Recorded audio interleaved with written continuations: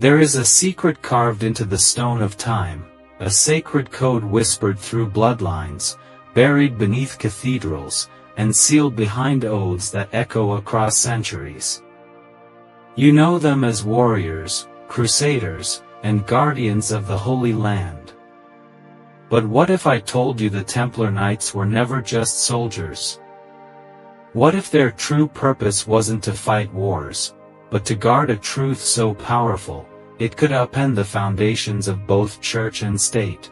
Beneath the white mantles adorned with crimson crosses lies a mystery more ancient than Jerusalem itself, a mystery woven into the fabric of the Temple of Solomon, of Atlantis, of the stars.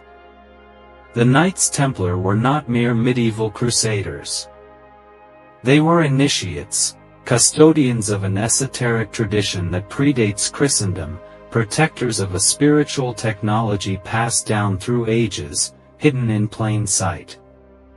In the vaulted silence of Gothic cathedrals, encoded in sacred geometry, they left behind breadcrumbs, clues for those with eyes to see.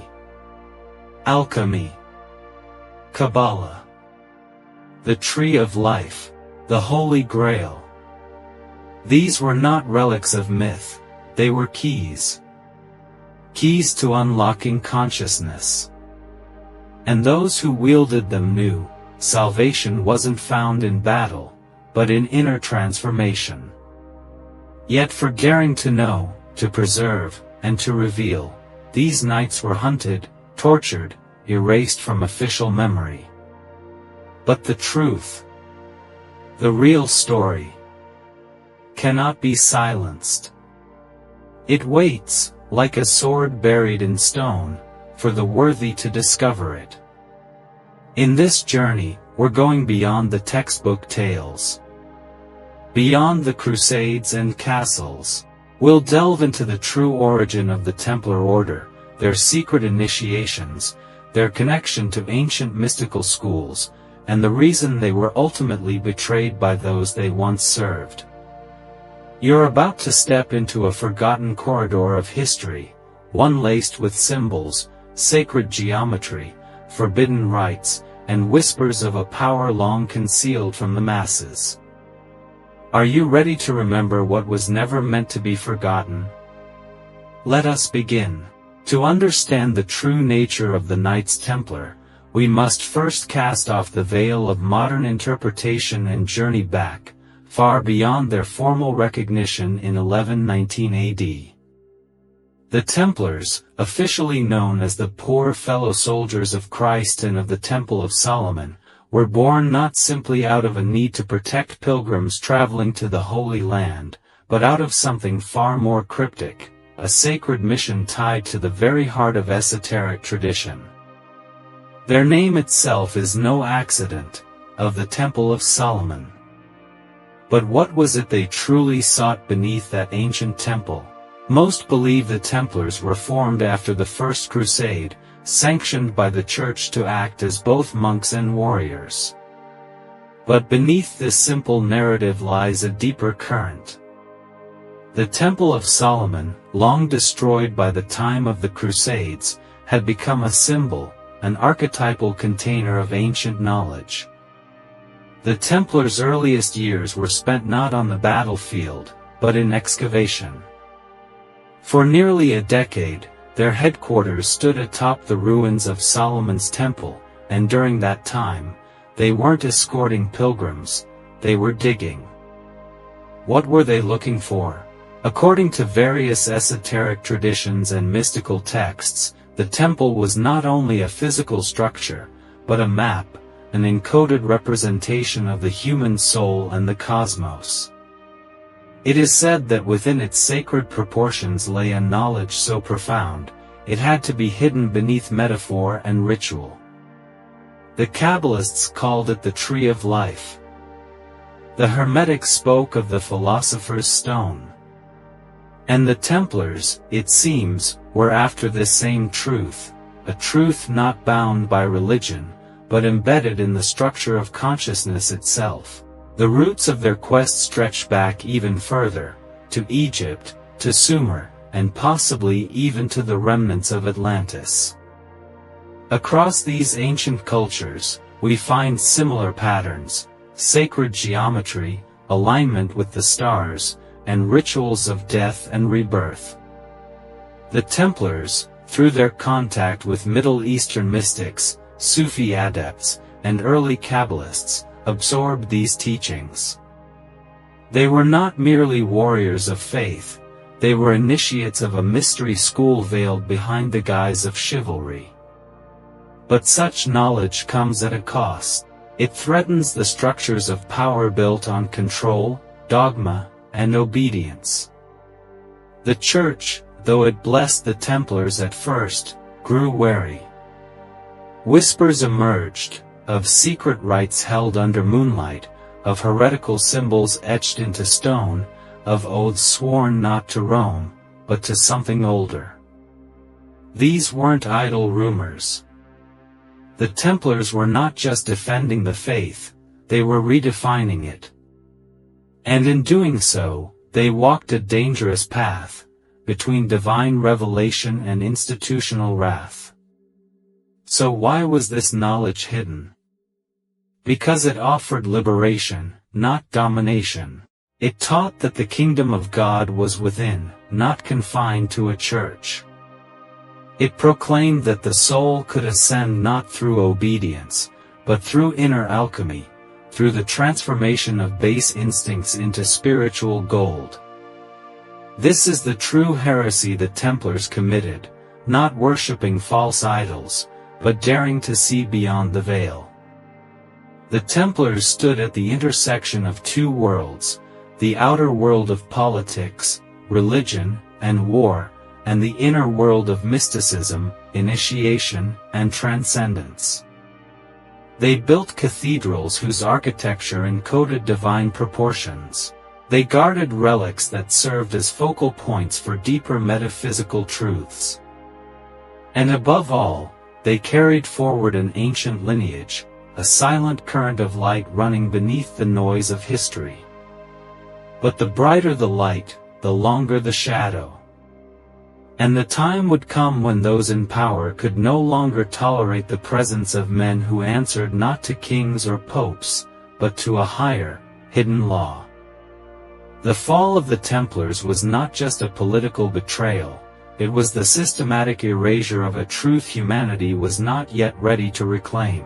Yet, as you'll soon see, that truth was never lost, only hidden, awaiting rediscovery by those with the eyes to see and the courage to seek. To begin unraveling the deeper mystery of the Templars, we must set aside the image of ironclad knights galloping into battle and instead view them through the lens of initiatory brotherhoods, much like the mystery schools of ancient Egypt or the Orphic rites of Greece. Their structure, secrecy, symbols, and rituals were not created for military efficiency alone. They were designed to protect spiritual truths far older than Christianity itself. Within the inner circles of the Templar order, there were levels of initiation, degrees of knowledge revealed only as the initiate proved their readiness. Just as in the ancient Eleusinian mysteries, the outer teachings served the masses, but the inner teachings were reserved for the few who had passed through the fires of spiritual testing. To the uninitiated, the Templars appeared as devout Catholic knights. But to those within, they were stewards of a sacred path that transcended religious boundaries. This duality, outer orthodoxy, inner gnosis, was both their power and their downfall. The symbols they adopted tell the tale. The Red Cross was not simply a Christian emblem, it was the mark of the Rosy Cross, an ancient symbol of spiritual resurrection, of the death of the ego and the awakening of divine consciousness. Their seal, depicting two knights on a single horse, has long been misinterpreted as a symbol of poverty. But to those versed in esotericism, it represents duality, the sacred union of opposites, light and dark, masculine and feminine, body and spirit.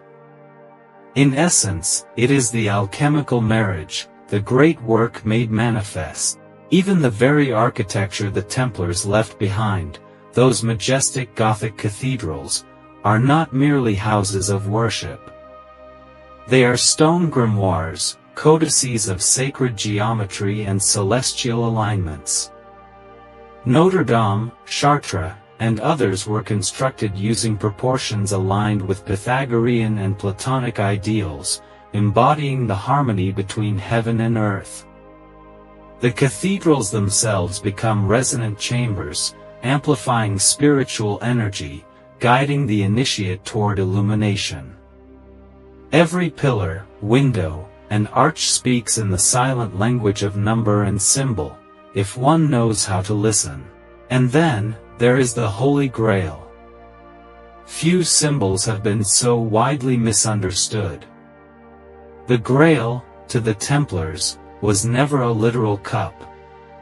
It was a cipher for divine wisdom, Sophia, hidden in myth to protect it from the profane. In some traditions, it was seen as the womb of Mary Magdalene, bearer of a sacred bloodline. In others, it was the vessel of consciousness itself, capable of holding divine light. The search for the Grail is a metaphor for the inner journey, the path of descent into the self, and the ascent into spiritual awakening. Herein lies the hidden genius of the Templars. They merged the warrior's courage with the mystic's vision. Their swords defended not only pilgrims, but ideas, dangerous, liberating ideas that threatened the dogmas of their age. They sought not simply to serve God, but to know God, not as a figure on high, but as the living flame within. Their path was one of sacred action, of harmonizing body and soul through discipline, devotion, and deep esoteric practice. And yet, this integration of mysticism and power created tension, both within the order and with those watching from the shadows. The Templars had grown wealthy, influential, and spiritually autonomous. They answered to no bishop, no monarch, no worldly structure. To the initiated, this was spiritual sovereignty. But to the powerful, it was heresy veiled in armor. It is during this period, the peak of their spiritual and political ascent, that the order began to splinter from its public face.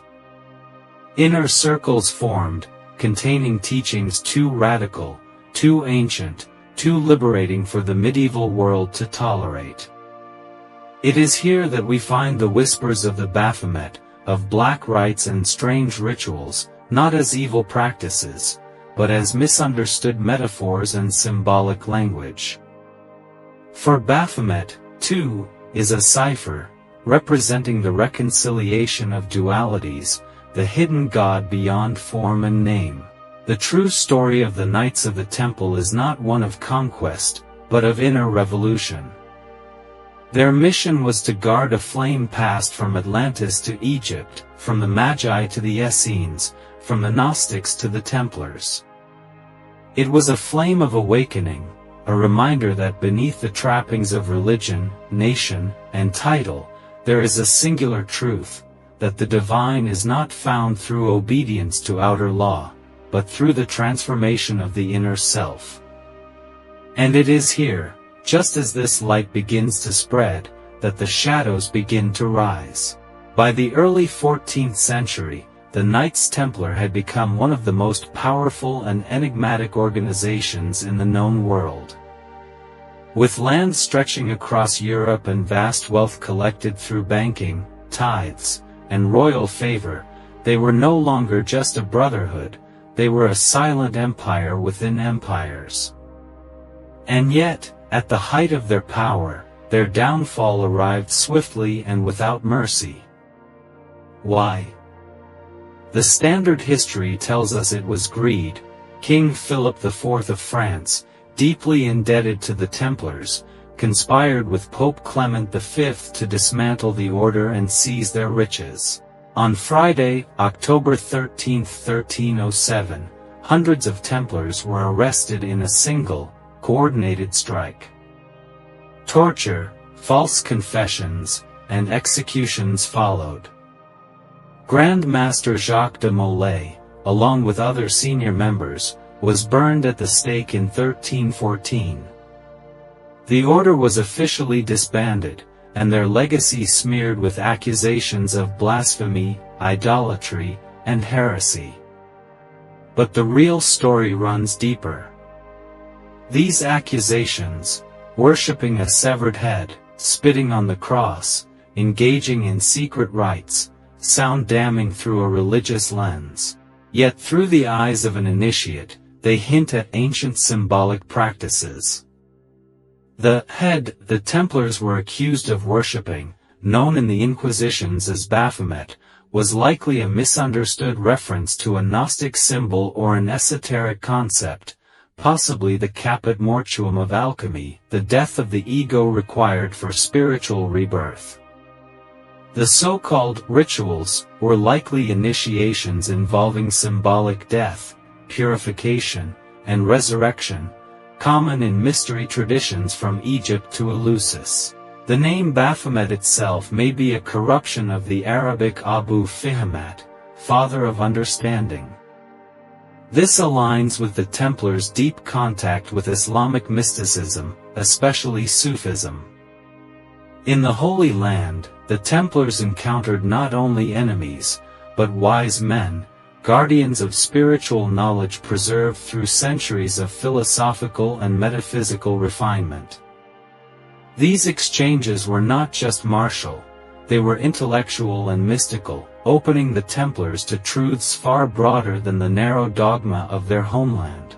It is no coincidence that around the time of their peak influence, Western Europe began to experience sparks of esoteric revival, alchemy, Hermeticism, and later, the Rosicrucian movements.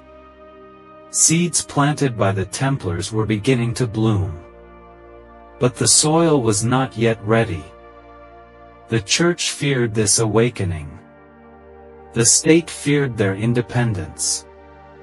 And so, under the guise of religious purity, a sacred lineage was violently severed, at least on the surface. For not all Templars were caught. Many escaped, disappearing into the mist of history. Some fled to Scotland, where legend suggests they fought alongside Robert the Bruce at the Battle of Bannockburn. Others are said to have merged with stonemason guilds, eventually giving rise to what we now know as Freemasonry, a system of symbols and initiations echoing the very rites the Templars were condemned for. Even today, Masonic temples are adorned with the twin pillars of Boaz and Jachin, remnants of Solomon's temple, inviting the seeker to pass between worlds. And then there is the legend of the Holy Grail. After the Templars' dissolution, the Grail myth gained prominence throughout Europe, not as a simple religious tale, but as a veiled account of the esoteric truths they sought to preserve. In Wolfram von Eschenbach's Parzival, the Grail is not a cup, but a stone of radiant wisdom. The Grail Knights are not warriors of empire, but guardians of a divine secret, a spiritual current hidden from the uninitiated, preserved by a hidden brotherhood across the ages. Even the betrayal of Jacques de Molay carries a mystical weight. As he burned, he is said to have cursed both the Pope and the King, calling them to judgment within the year. Remarkably, both died shortly after. But beyond the curse, de Molay's death serves as a ritual martyrdom, the final sealing of the Templar mystery into myth, ensuring its survival not through power, but through legend. What we are left with is not a shattered order, but a scattered lineage, a river of esoteric wisdom that split into many tributaries: Freemasonry, Rosicrucianism, alchemical societies, and the modern mystical movements that still echo their truths. Though the name Templar was erased, the current they carried flows onward, hidden beneath layers of symbolism, allegory, and sacred architecture.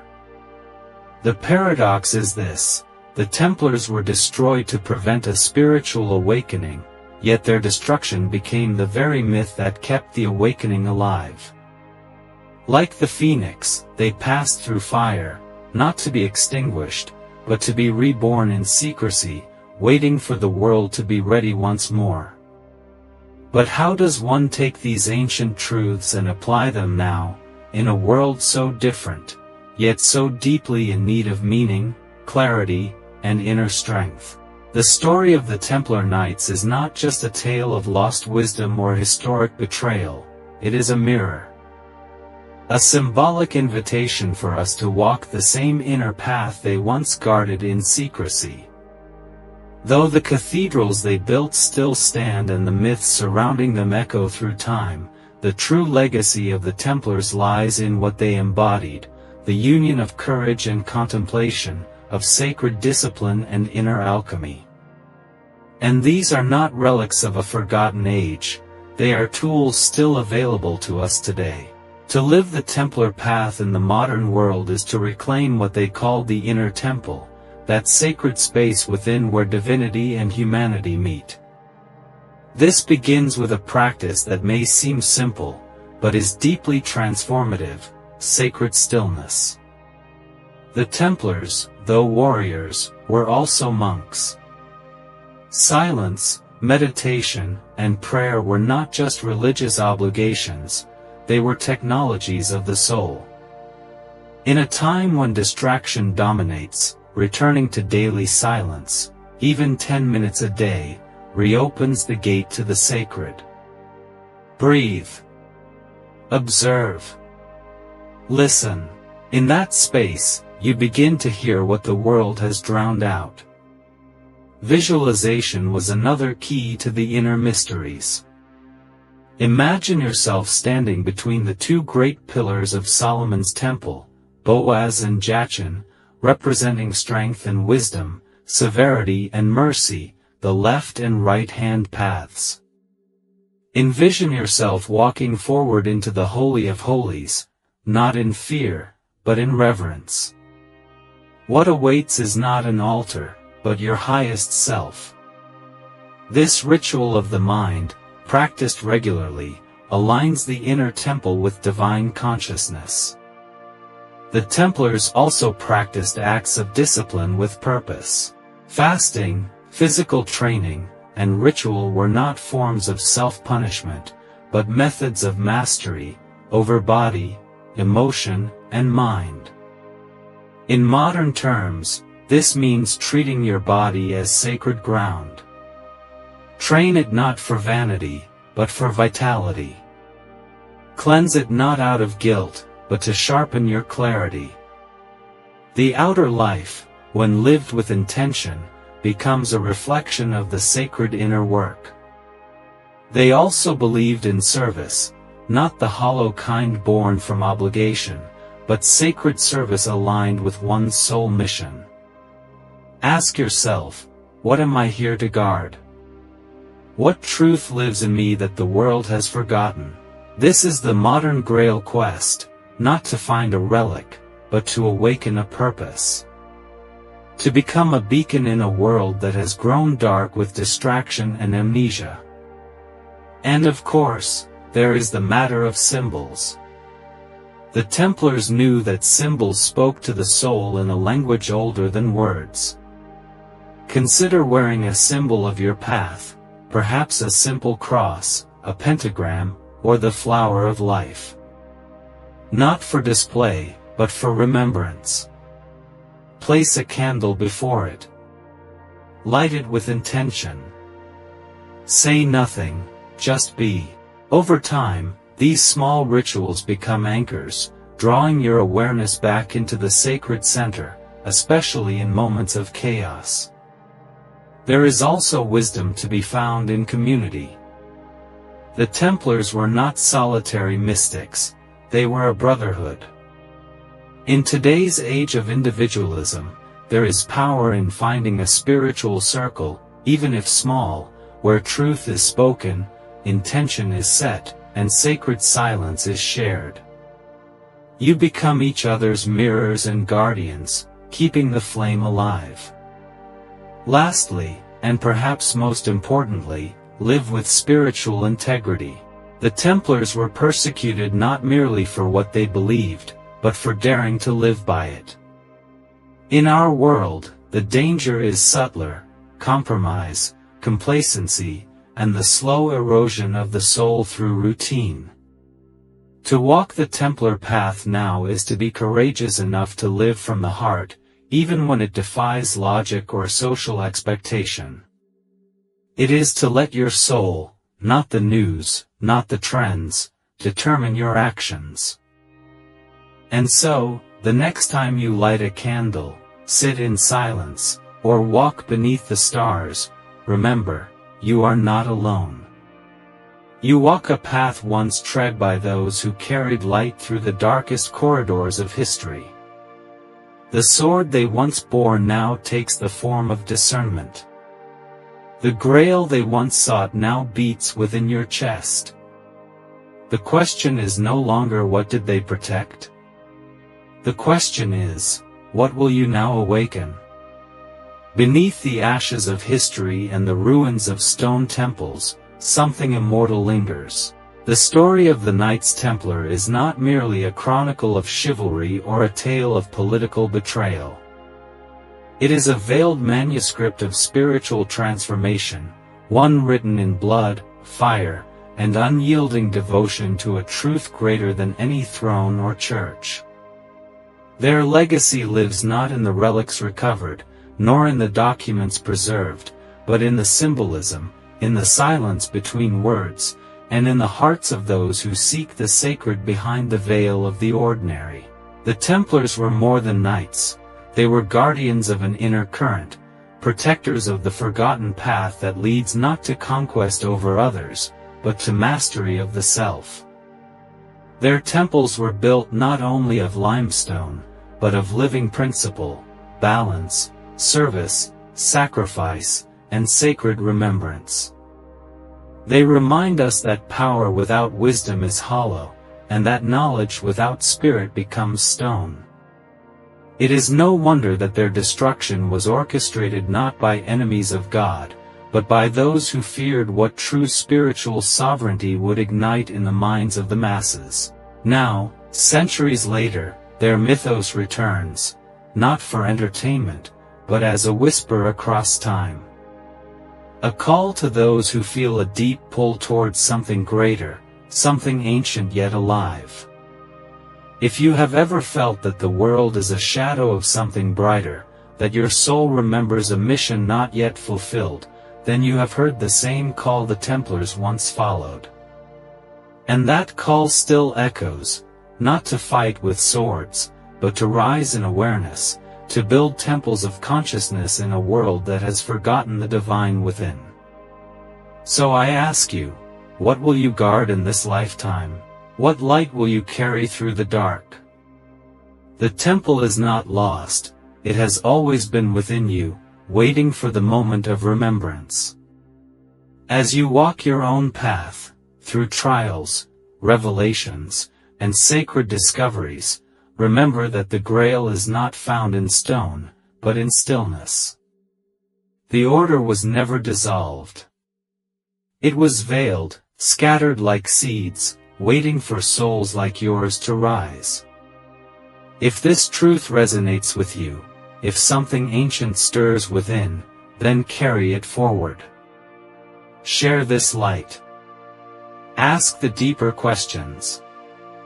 Build your inner temple one breath, one act, one sacred moment at a time. And if you found value in this unveiling, comment your thoughts below, and subscribe to journey deeper into the mysteries that were never meant to remain hidden.